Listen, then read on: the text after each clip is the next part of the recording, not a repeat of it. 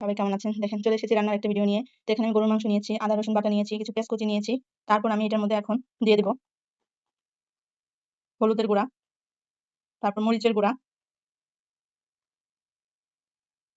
তারপর দিয়ে দেব লবণ, তারপর দিয়ে দেব সামান্য কিছু তেল, সয়াবিন তেল, তারপর দিয়ে দেব মশলা, এলাচ,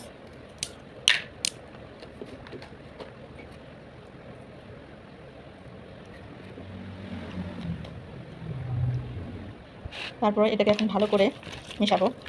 যেহেতু আমি খিচুড়ি রান্না করব, এই জন্য আমি গরুর মাংসটা সুন্দর করে আমি হাতে মাখিয়ে রান্না করব। তারপরে হলো ভিডিওটা দেখতে থাকুন।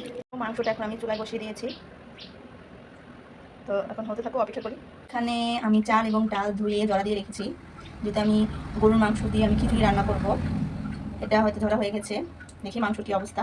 দেখেন কি সুন্দর একটা ঘ্রাণ আসতেছে। হাজব্যান্ডের জন্য রান্না করতেছি, ও বরাবরই আমার হাতে রান্না খুবই পছন্দ করে। ও আসলে খিচুড়িটা অনেক বেশি পছন্দ করে, এই জন্য আজকে ওর জন্য খিচুড়ি রান্না করতেছি গরুর মাংস দিয়ে। আমি এখন চাল গোস্তের মধ্যে দিয়ে দিয়েছি, এখন এটা আমি দিয়ে দিব।